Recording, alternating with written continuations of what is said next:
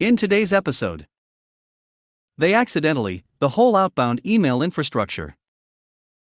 It's not all thankless. The dumb mechanic. Before we get started, make sure to subscribe so you will never miss a video. So let's get started. They accidentally, the whole outbound email infrastructure. So I've been out of being IT for going on 5 years now. I worked for a small company that made hardware that made multimedia files, and to a company that hardware we made software to manage and catalog those files. I'm an implementation specialist, actually now implementation manager.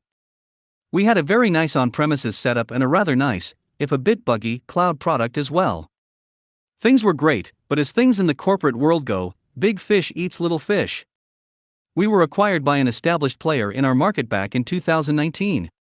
The past 12 months or so have really proven that the new corporate overlord's commitment to quality just ain't there. We're in the painful process of taking our existing kit and kludging our hardware to work with some new cloud app that is nothing like what our small team of 300 people made. Our product, we chose to integrate with Microsoft Azure Active Directory for authentication as it offered flexibility for customers with and without on-premises AD. This new app has in-house authentication based on email address. It can federate to Azure AD, but the lead time is 2+ weeks because reasons the old app, 2 working days to link to on-prem AD, or less if I bought breakfast tacos for the engineers. Admins in the app can't even reset or assign passwords to their users. The user merely gets an invite in their email, and if they forget their password they just do forgot password and reset themselves. All was good, until someone deleted the company email processor account. Not to go too far into the weeds, but the processor is a third-party outfit that handles outbound emails such as marketing and sign-in messages to make sure they don't go immediately to the spam folder or get blocked entirely by mail gateways. Makes sense to use something like this to me. I mean, we have hundreds of thousands of potential users on this platform. But yes, our outbound email management account was deleted. Along with the reputation our IP address had with inbound mail servers as not being a spammer. So a customer I just deployed yesterday still can't log in to see any of the content they've created with their hardware. I did have a service account created that got its password set up before this unfortunate outage. We asked the email service for any help and they were like crazy. Just sign up with a new account and pay us more money for any overages. No soft delete, no tombstone account that could be restored, just a polite get. No one can get their invitation email to create a password, nor can anyone receive a one-time code to reset their password. We've been trying to roll this new app out since last summer, and my first deployment went over like a lead balloon. That deployment went so bad I did just one more before we pulled back until a couple weeks ago. Every time I get my confidence restored in this new product, crap like this happens and I feel bad. Just bad that we're pushing this complete disaster of a cloud product on customers when we had a perfectly working one that just didn't match some higher-up's vision. The list of things I loathe about management's new hotness could fill a lot more posts. It's not all thankless. Years ago I was working tech support at a theater, the play kind with a stage, not a movie theater, and I started dating a woman with a teenage son at home. And he did not like this new guy stealing his mama away from him.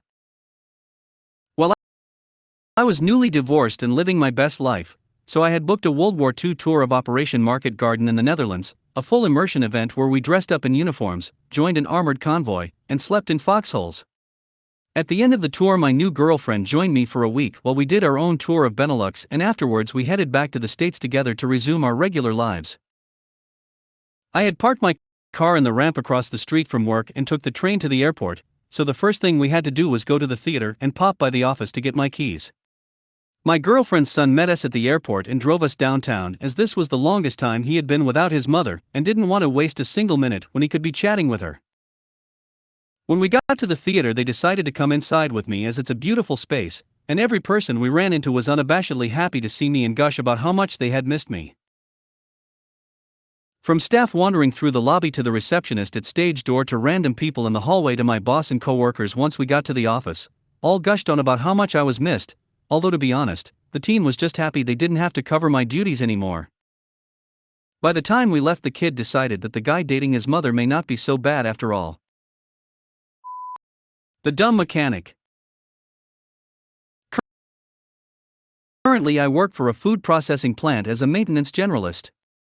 My work contains a lot more than that, and everyone on my shift has a different knowledge base and skills. We work on mechanical, electrical, pneumatic, hydraulic, computers, networks, fiber, etc. In other plants I've worked at, the jobs are separated: mechanic, electrical tech, automation tech, computer tech, refrigeration tech, etc. We're all paid the same here, except refrigeration. For instance, one guy I work with is a licensed electrician, another has his A&P license, and I have a BOC. Computer maintenance and networking degree. I've offered my assistance a few times, submitted my stuff showing I know what I'm talking about. It's been turned down as we have a guy for that who is a contractor. It takes weeks for any computer/network related work to be done, honestly trying to get them to open up a computer tech position like they have at other plants.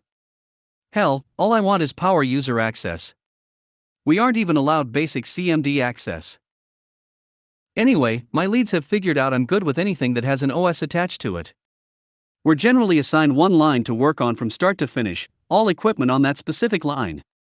Monday, a mechanic on another line gets a new computer installed on his pod, print on demand, Windows OS, Access DB, Wi-Fi, touchscreen only, to a label printer. Leads can't get it to work, supervisor can't get it, his boss on vacation, and the plant engineer is there trying to make it work. Leads nonchalantly tell me what's going on, asking me to take a look without saying we can't figure it out. So I catch the hint and wander over. Problem 1, Ethernet in the wrong port. Problem 2, IP address conflict. They had assigned the OS same IP as printer, I can't change because access PE has to log in. Problem 3, Wi-Fi not connected. Problem 4, cover not closed on printer, jumper wire bypass came loose on board. Problem 5, printer settings all wrong. I asked the plant engineer, solid dude, very smart, but hasn't said more than 2 words to me in the 2 years I've been here, who installed this. Of course it was the computer guy. Guess he went and installed it, and left for the day and couldn't be reached. Maybe that computer tech position will open up now? I highly doubt it.